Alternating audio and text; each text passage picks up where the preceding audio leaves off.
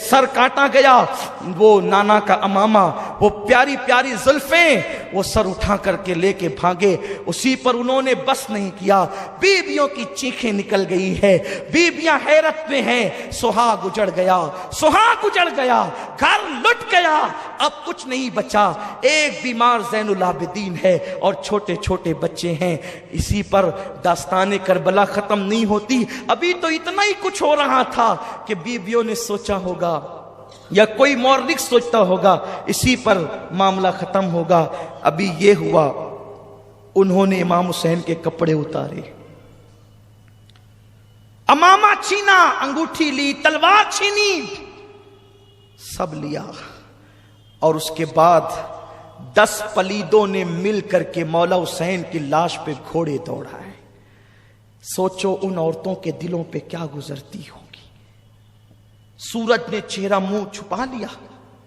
امام حسین جیسے ہی شہید ہوئے، معتبر مورخین لکھتے ہیں سورج کو گرہن لگ گئے، رات جیسا سما ہو گیا، دن میں رات جیسا سما ہو گیا، دن کو تارے نظر آنے لگے، خون کی برسات ہونے لگی۔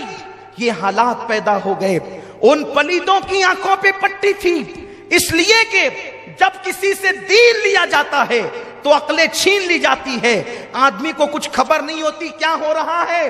ان لوگوں نے اس پر بھی بس نہیں کیا، وہ تارے ہی دیکھ کر کے ڈر جاتے، لیکن چونکہ ان کے دل سیاہ ہو چکے تھے، اللہ نے ان کے دل پہ مہر لگا دی تھی، ان پر کوئی اثر نہیں ہوا۔ انہوں نے مولا حسین کے کپڑے نکال لیے، گھوڑے دوڑانا شروع کیے، بیویاں رونے لگی۔ ابھی وہ رو ہی رہی تھی کہ جو لاشیں رکھے ہوئے تھے انہیں بھی پکڑ پکڑ کر میدان بیچ میں لایا گیا، بچوں کی گردنیں اڑائی گئی، آنو محمد کی گردنیں کاٹی گئی، علی اکبر کی گردن کاٹی گئی، عباس کی گردن کاٹی گئی، 72 شہداء کی گردنیں کاٹ لی گئی، اور کاٹنے کے بعد اسے اپنے قبضے میں کر لیا گیا، اور سارے شہداء کے کپڑے اتار کر کے پھر ان پر گھوڑے دوڑائے گئے۔ بی بی زینب کہتی تھی یا رسول اللہ، یا محمدہ، یا محمدہ، یا محمدہ، یا رسول اللہ آپ پہ درود و سلام ہو، آپ کے ناس کے پالوں پہ گھوڑے دوڑتے ہیں، گھوڑوں کی ٹانپوں سے آپ کے ناس کے پالے کچلے جاتے ہیں، یا رسول اللہ آپ بھی آ کر کے دیکھیں، یہ تماشا آپ بھی آ کر کے دیکھیں۔ سیدہ زینب سلام اللہ علیہا اللہ اکبر یہ فریاد کر رہی ہے کہ کچھ معاذ اللہ ابن سعد، یہ عمر بن سعد جس کا نام ہے، لیکن میں اس کو شقی ابن سعد کہتا ہوں، یہ پلید ابن سعد ہے، یہ خبیث ابن سعد ہے۔ اللہ اکبر، وہ اور شمر پلید آئے، اور آنے کے بعد بیویوں کے خیموں کی طرف بڑھے اور بیویوں کے دوپٹے چھین لیے۔ سیدہ زینب نے کہا پلیدوں، ہمارے لیے آیہ تطہیر نازل ہوئی، ہمارے دوپٹے چھینتے۔ کچھ لوگ کہتے ہیں دوپٹے نہیں چھینے گئے، میں کہتا ہوں خدا جانے کیا ہمدردی ہے یزیدیوں سے کہ ان کے جرائم وہ کم کرنا چاہتے ہیں۔ فقیہ ملت نے لکھا دوپٹے چھینے گئے، استاد زمن نے لکھا دوپٹے چھینے گئے، شاہ عبدالعزیز نے لکھا دوپٹے چھینے گئے، بڑے بڑے مورخین علماء محدثین نے، امام سیوطی نے لکھا دوپٹے چھینے گئے، دوپٹے چھینے گئے۔ ایک پلید سیدہ سکینہ کی طرف بڑھا، کان میں سونے کی بالیاں تھیں، ایسی بالی کھینچی کہ سکینہ کے دونوں کان کٹ گئے، خون کی فواریں نکلی۔ بچی نے کہا لینا تھا تو یوں ہی لیتے، مجھ سے کہتے میں اتار کر دے دیتی، لیکن ایسا کھینچا خون نکل رہا ہے۔ جب بچی نے احتجاج کیا، سکینہ کے چہرے پہ تماچے مارے گئے، سکینہ کے چہرے پہ تماچے مارے گئے۔ ہائے ہائے یہ حال کیا گیا، اصغر کا جھولا لوٹ لیا گیا، خیمے کو آگ لگا دی، ان بیبیوں کو خیمے کے اندر بھی نہیں رکھا گیا۔ ہاں آج ہی کی رات ہے جسے شام غریبہ کہتے، بیبیوں کو خیمے کے اندر بھی نہیں رکھا، آگ لگا دی خیموں کو، بیبیاں خیموں کے باہر نکل آئی، جن کے گھر میں بے اجازت جبرائیل آتے ہیں، جبریل جن کے گھروں میں اجازت کے بغیر نہیں آتا، آج ان بیبیوں کو خیموں سے بھی باہر کر دیا گیا ہے۔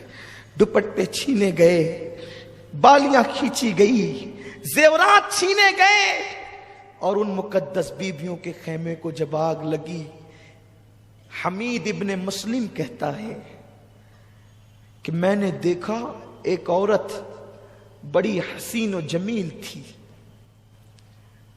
وہ جب خیمے کو آگ لگی تو آگ پہ چل کر کبھی خیموں کے اندر جاتی، کبھی باہر آتی، کبھی اندر جاتی، کبھی باہر آتی۔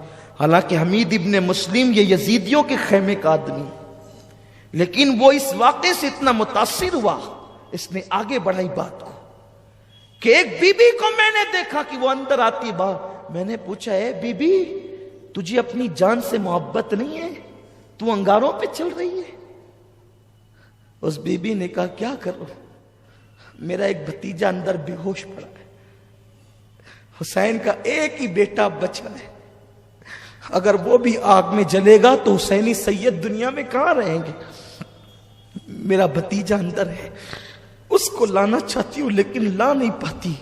پھر حمید کہتا ہے، میں نے دیکھا اس نے پوری طاقت کو اکٹھا کیا اور بیمار زین العابدین کو اپنے کندھے پہ ڈالا، اور کندھے پہ ڈال کر آگ پر چلتی ہوئی وہ باہر نکلی۔ اس طرح بیمار زین العابدین کی جان بچائی۔ اے زینب، سیدہ زینب کا خطبہ کسی دن آپ مجھے یاد دلائیں تو میں وہ پورا خطبہ پڑھنا چاہتا ہوں۔ ان کا پورا خطبہ اتنا دل سوز ہے، اتنا ایمان افروز ہے کہ ایک عجیب حوصلہ ملتا ہے۔ زینب اس قدر ہمت عورت کا نام ہے کہ سیدہ زینب سلام اللہ علیہا نے امام زین العابدین کو کندھے پہ اٹھا کر صرف ایک زین العابدین اپنے بھتیجے کی جان نہیں بچائی، بلکہ سیدہ زینب نے زین العابدین کو کاندھے پہ کیا اٹھایا؟ گویا کہ اس نے اماموں کی امامت اپنے کندھے پہ اٹھائی ہے۔ ہاں، باقر کی امامت بھی اسی کندھے پہ اٹھی، حضرت جعفر کی امامت بھی اسی کندھے پر ہے، امام تقی نقی جواد علی رضا حسن عسکری امام مہدی علیہ الصلوۃ والسلام، ان ساروں کی امامت گویا کہ وہ اپنے کندھے پہ اٹھا کر لے جا رہی ہے، اور قیامت تک کے حسینی سارے سیدوں کی زندگی زینب اپنے کندھوں پہ اٹھا کر کے لے کر جا رہی ہے۔ ایک زین العابدین کو بچا کر کے زینب نے گویا کہ قیامت تک کے حسینی سیدوں کو زندگی عطا کر دی ہے۔ یہ زینب کا کردار ہے۔ غریب نواز کا شمار حسینی سیدوں میں ہوتا ہے، بندہ نواز کا شمار حسینی سیدوں میں ہوتا ہے، محبوب الہی کا شمار حسینی سیدوں میں ہوتا ہے۔ یہ وہ حسینی سادات ہے۔ زینب، میرے ماں باپ تجھ پہ قربان، میری جان تیرے قدموں پہ قربان۔ اگر تو زین العابدین کو نہ بچاتی تو محمد باقر کو ہم کس سے پاتے؟ امام جعفر کو کس سے پاتے؟ امام موسیٰ کاظم کو کس سے پاتے؟ علی رضا کا چہرہ ہم کس طرح دیکھتے؟ حضرت تقی نقی جواد حسن عسکری کو ہم کہاں پاتے؟ امام مہدی کا وجود کہاں ہوتا؟ غوث الاعظم کی امی کہاں پیدا ہوتی؟ کیونکہ وہ بھی حسینی سادات میں سے ہیں۔ تو نے ایک کو بچایا، گویا کہ اتنے سیدوں کو زندگی عطا کی ہے۔ اللہ تیری قبر پر رحمت و نور کی برسات فرمائے۔ اللہ اکبر۔ ابھی یہی سب کچھ ہو رہا تھا کہ عصر کا وقت آیا۔ سیدہ زینب نے فرمایا، نبی کے گھر کی بیٹیوں، تارے نظر آ رہے ہیں لیکن ابھی رات نہیں ہوئی، یہ عصر کا ٹائم ہے، جلدی سے نماز عصر پڑھو۔ اگر تم نے نماز چھوڑ دی، مجھے ڈر لگتا ہے کہیں ایسا نہ ہو کہ تمہاری یہ کربلا کی دی ہوئی قربانی رد ہو جائے۔ دیکھو یہ فکر دی ہے سیدہ زینب نے۔ ارے تمہارے یہاں کی شادیوں میں تم نماز چھوڑتے ہو، کرکٹ دیکھ کر تم نماز چھوڑتے ہو، فلموں میں بیٹھ کر نماز چھوڑتے ہو۔ حسینیوں، منافق مت بنو، پکے حسینی بنو، فکر حسینی کو اختیار کرو، فکر زینب کو اختیار کرو۔ کربلا میں 72 جسموں پہ گھوڑے دوڑ رہے ہیں، پھر بھی زینب کہتی ہے اب بھی نماز چھوڑنے کی اجازت نہیں، اب بھی نماز پڑھو، کیونکہ نانا کا فرمان ہے۔ آقا نے فرمایا جس نے عصر چھوڑ دی اس کے زندگی بھر کے اعمال برباد کیے جا سکتے ہیں۔ اے نبی کی بیٹیوں، اب تمہیں بہت رونا ہے، بہت رو چکی ہو اور ابھی بہت رونا باقی ہے، اس لیے نماز پڑھ لو، بعد میں رونا۔ اللہ اکبر۔ بیویوں میں سے کسی نے کہا زینب وضو کے لیے پانی نہیں تو تیمم کیا جاتا جاتا ہے, تیمم تو مٹی سے کیا جاتا ہے, یہاں تو پورا خون ہی خون ہے, ہم کہاں تیمم کریں؟ اس وقت سیدہ زینب نے کہا تھا اپنے بیٹے, اپنے بھتیجے, اپنے شوہر, اپنے خاندان والوں کے خون سے تیمم کرو مگر نماز پڑھو. اب بھی تم پر نماز معاف نہیں ہے. مسلمانوں, یہ نماز ہے جو نبی کے گھر والوں نے جسے کبھی ترک نہیں کیا, کربلا میں بھی ترک نہیں کیا. مولا حسین نے سجدے میں جان دی ہے. حسین کا سجدہ وہ سجدہ ہے, سجدہ کرتے سب نے دیکھا, سر اٹھاتے کسی نے نہیں دیکھا. اور میرے آقا نے فرمایا کہ جو جس حالت میں دنیا سے جائے گا قیامت کے دن اسی حالت میں اٹھے گا. حسین سجدے میں دنیا سے گئے ہیں. جب قیامت ہوگی کوئی کھاتے اٹھے گا, کوئی کلمہ پڑھتے اٹھے گا, کوئی درود پڑھتے اٹھے گا, حسین سجدے سے سر اٹھاتے ہوئے اٹھے گا. یہ مولا حسین کا سجدہ ہے. اس لیے میں تمہیں مولا حسین کا واسطہ دے کر کے کہتا ہوں, آوارگی چھوڑ دو, حرام کاروبار چھوڑ دو, اسلام دشمن طاقتوں کو خوش مت کرو, نماز کے پابند بنو, عبادت کے پابند بنو, اور آج سے عہد کرو مولا حسین ہم تیرے سچے غلام ہیں, زینب ہم تیرے بابا کے غلام ہیں, تیرے غلام ہیں. ہم نے کل تک جہالت میں گناہوں میں زندگی گزاری, آج کے بعد نہیں گزاریں گے. آپ کے نانا کو نماز پسند تھی, ہم آج سے نماز کے پابند بنیں گے. داڑھی پسند تھی, داڑیاں منڈا کر گٹر میں پھینک کر ہم یزیدی نہیں بنیں گے, ہم حسینی بنیں گے. داڑھی رکھیں گے, کیرم نہیں کھیلیں گے, تاش کے پتے نہیں کھیلیں گے. اور یاد رکھو ساتھ ہی ساتھ کربلا کی جنگ یہ پہلی مسلک کی لڑائی ہے, کیونکہ یزید بھی کلمہ پڑھتا تھا, حسین بھی کلمہ پڑھتے تھے. لوگ کہتے ہیں خدا ایک ہے, رسول ایک ہے, لڑتے کیوں ہو؟ ہم کہتے ہیں حسین نے ذہن دیا ہے کہ جو نبی اور آل نبی والا ہے بس وہی مومن ہے, اور جو آل نبی کا اور نبی کا گستاخ اور غدار ہے وہ مومن نہیں ہے. اس لیے ان سے بچو, ایسے لوگوں سے جو غدار ہے نبی اور آل نبی کی. عرض یہ کر رہا تھا, اثر پڑی گئی, بیبیاں کی چادریں تو چھین لی گئی تھی. سیدہ زینب نے کہا بیبیوں, او بیبیوں, نبی کی بیٹیوں, کل تک کہ تم دوپٹوں سے چہرہ چھپاتی تھی, اللہ نے بڑے بال اس لیے دیے ہیں کہ اب تم اپنے بالوں سے چہرہ چھپاؤ. سوچتی تھی کہ رات ہوگی تو کچھ راحت ملے گی, رات ہوگی تو کچھ آرام ملے گا. بس اب گفتگو سمیٹتا ہوں, چونکہ دعا بھی کرنی ہے, وقت بھی تمام ہو رہا ہے. اطمینان کے ساتھ سنیں. شام ہوتے ہوتے تمنا تھی, خیال تھا کچھ آرام ملے گا, لیکن شام آئی تو اب یہ ہوا, شام آئی تو یہ ہوا. زین العابدین کی پیٹھ پہ تازیانے لگائے گئے, ریت پر بیبیاں پڑی ہوئی ہیں, بے کسی, مظلومی, بے بسی, مسافرت, پردیس, کچھ نہیں ہے, بس بے بسی اور بے بسی اور بے بسی.